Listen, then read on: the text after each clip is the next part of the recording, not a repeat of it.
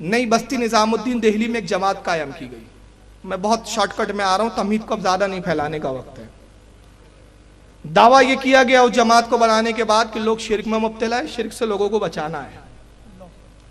لوگ بدعتوں میں مبتلا ہے، لوگوں کو بدعت سے بچانا ہے. لوگ بے راہ روی کے شکار ہیں، ان کو راہ پر لانا ہے. لوگ نمازوں کو ترک کر چکے ہیں، کلمے کے مفہوم کو نہیں جانتے، کلمے کو نہیں پڑھ پاتے ہیں، کلمے کو سمجھتے نہیں ہیں، کلمہ اور نماز کی طرف لانا ہے. جماعت قائم کی مولانا محمد الیاس کاندھیلوی صاحب نے. مولانا محمد الیاس کاندھیلوی دلی کے رہنے والے، انہوں نے جماعت قائم کی نئی بستی نظام الدین سے. جماعت کا نام رکھا تبلیغی جماعت. اب یہاں پہ ایک بات بڑے غور سے سنیں، ایک ایک چیز کا حوالہ دینے کے ذمہ دار. روپیوں کا میں چیلنج نہیں کروں گا، ان کے پاس بہت روپیہ، ان کو روپیوں کی ضرورت بالکل نہیں ہے.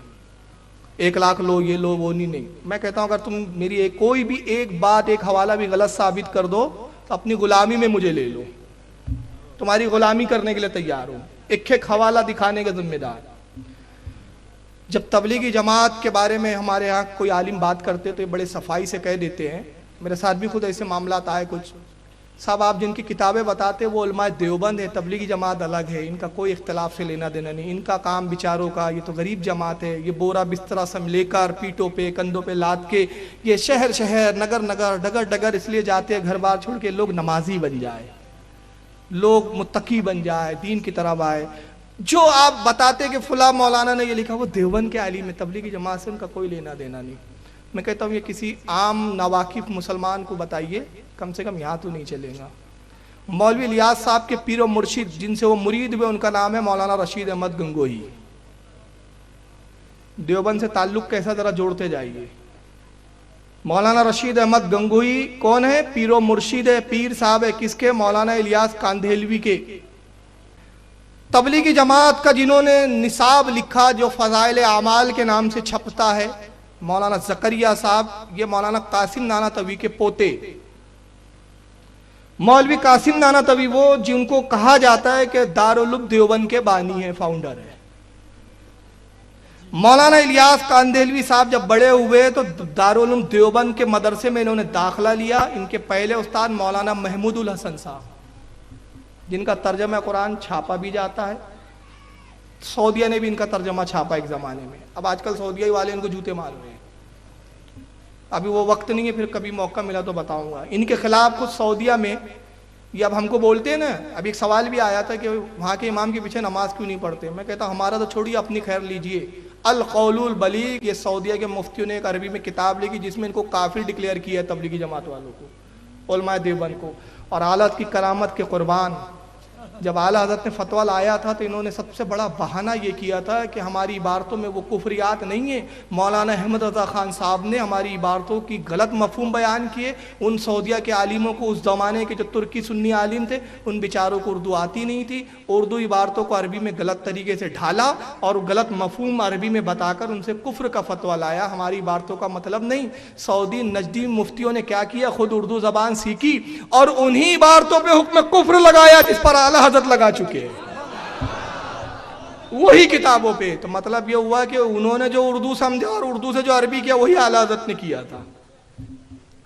ایک چیز تو ابھی تو ان کا بھی وہاں سے بھی بائیکاٹ ہے، ان کو بھی کافی ڈکلیئر کیا جا رہا ہے. تو بہرحال کسی زمانے میں محمود الحسن صاحب کا ترجمہ سعودیہ نے چھاپا تھا، اب بند کر دیا. محمود الحسن ان کے پہلے استاد مولانا الیاس کاندھیلوی کے.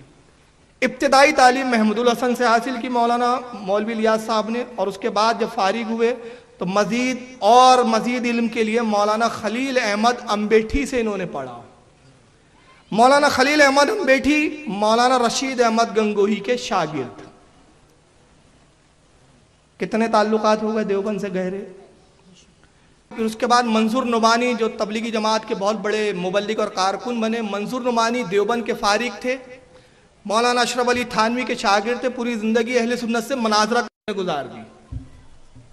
یہ سب تعلقات ہیں. ابو الحسن ندوی جو ندوۃ العلماء کے بانی تو نہیں تھے، محتمم تھے، ابھی ہمارے علی میاں ندوی بولتے تھے ان کو. ان کا بھی تبلیغی جماعت سے گہرا تعلق رہا. اور سب سے مستند جو کتاب ان کے حالات، مولانا الیاس کی حالات پر مانی جاتی ہے، وہ جناب ابو الحسن ندوی صاحب کی کتاب مولانا الیاس اور ان کی دینی دعوت۔ اب آئیے، مولانا الیاس صاحب جو دیوبند کے تبلیغی جماعت کے جو فاؤنڈر ہے، جس کو تبلیغی جماعت دھو رہی ہے آج، ان کا مقام و مرتبہ دیوبندیوں کے نزدیک کیا ہے، اس کے لیے آئیے پہلی میں کتاب آپ کو پروجیکٹر پہ دکھا رہا ہوں۔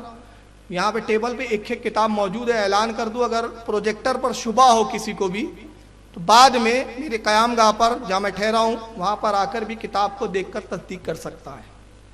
یہ کتاب کا نام یہ مولانا محمود حسن صاحب کی کتاب ہے، مولانا الیاس اور ان کی دینی دعوت۔ آئیے ذرا اس میں دیکھیں کہ ان کا مقام کیا ہے مولانا الیاس صاحب کا۔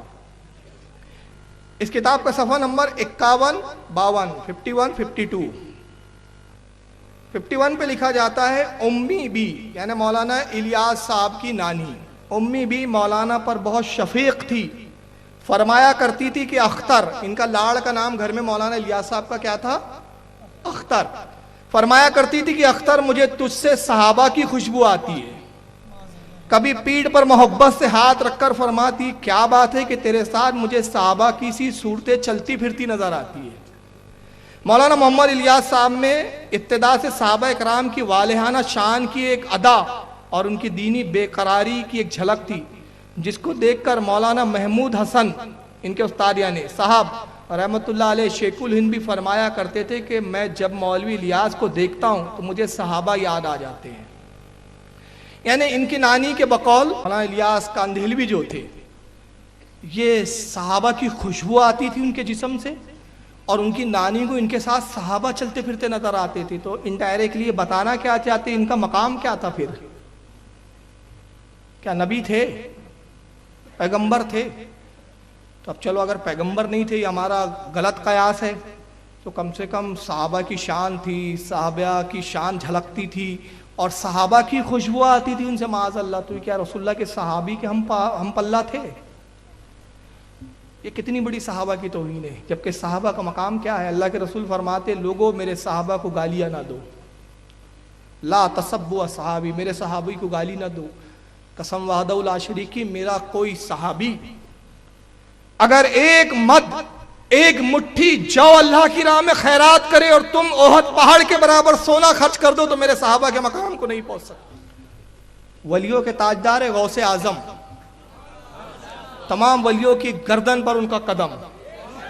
سرکار غوث پاک فرماتے ہیں کہ ایک کافر جو پوری زندگی کفر میں مبتلا رہا، کفر کیا، بت پوجتا رہا، نبی کی بارگاہ میں آیا، توبہ کیا، توبہ کے بعد اپنے گھوڑے پہ بیٹھا، گھوڑے سے جا رہا ہے، نماز نہیں پڑھی، کوئی عبادت نہیں کی، حج نہیں کیے، زکوٰۃ نہیں دیا، صرف رسول کا دیدار کیا ہے، رسول کے ہاتھ پر بیعت کی اور ایمان لایا، کلمہ پڑھا، گھوڑے سے جا رہا ہے، گھوڑے کے ٹاپوں سے جو دھول اڑ رہی ہے عبد القادر اس دھول کا بھی برابری نہیں کر سکتا۔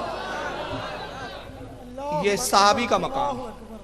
حضرت عبداللہ ابن مبارک رضی اللہ تعالیٰ عنہ جو امام بخاری کے شیخ ہے، امام اعظم ابو حنیفہ کے شاگرد ہے، کسی نے ان سے پوچھا اے عبداللہ ابن مبارک بتائیے امیر معاویہ افضل ہے کہ حضرت عمر ابن عبدالعزیز افضل ہے؟ عمر بن عبدالعزیز صحابی نہیں ہے، تبع تابعی ہے، پہلے مجدد ہے، اور امیر معاویہ رضی اللہ تعالیٰ عنہ رسول اللہ کے جلیل و قدر صحابی ہے۔ حضرت عمر ابن عبدالعزیز بہت انصاف پسند تھے، ولی تھے، علماء نے خلفائے راشدین میں شمار کیا۔ پوچھنے والا پوچھتا ہے اے عبداللہ بتائیے عمر بن عبدالعزیز افضل ہے یا حضرت امیر معاویہ؟ تو امام اعظم کے شاگرد عبداللہ ابن مبارک، حضرت امام بخاری اور امام مسلم کے دادا استاد مشائخ اور شیخ حضرت عبداللہ ابن مبارک کہتے ہیں اے شخص تو امیر معاویہ کا مقام پوچھتا ہے، امیر معاویہ جس گھوڑے پر بیٹھ کر رسول اللہ کے ساتھ جہاد میں نکلتے تھے اس گھوڑے کی ناک میں جو غلاظت ہے عمر بن عبدالعزیز اس کا بھی برابری نہیں کر سکتا۔ یہ ہے صحابی کا مقام، جہاں عمر بن عبدالعزیز جیسوں کی رسائی نہیں، غوث اعظم جیسے وہاں پر سر نیاز خم کیے ہوئے نظر آتی ہے، صحابی کا مقام۔ مگر مولوی الیاس جو دیوبند کے بانی ہیں ان کا عالم یہ ہے کہ صحابہ کی خوشبو ان کے جسموں سے پھوٹتی ہوئی نظر آتی ہے، ان کی نانی کو صحابی نظر آتے تھے۔ پھر یہی نہیں، انہوں نے جب جماعت بنائی تب جماعت کے لیے دعویٰ سنیں ان کا کیا ہے۔ یہ کتاب ہے ملفوظات مولانا محمد الیاس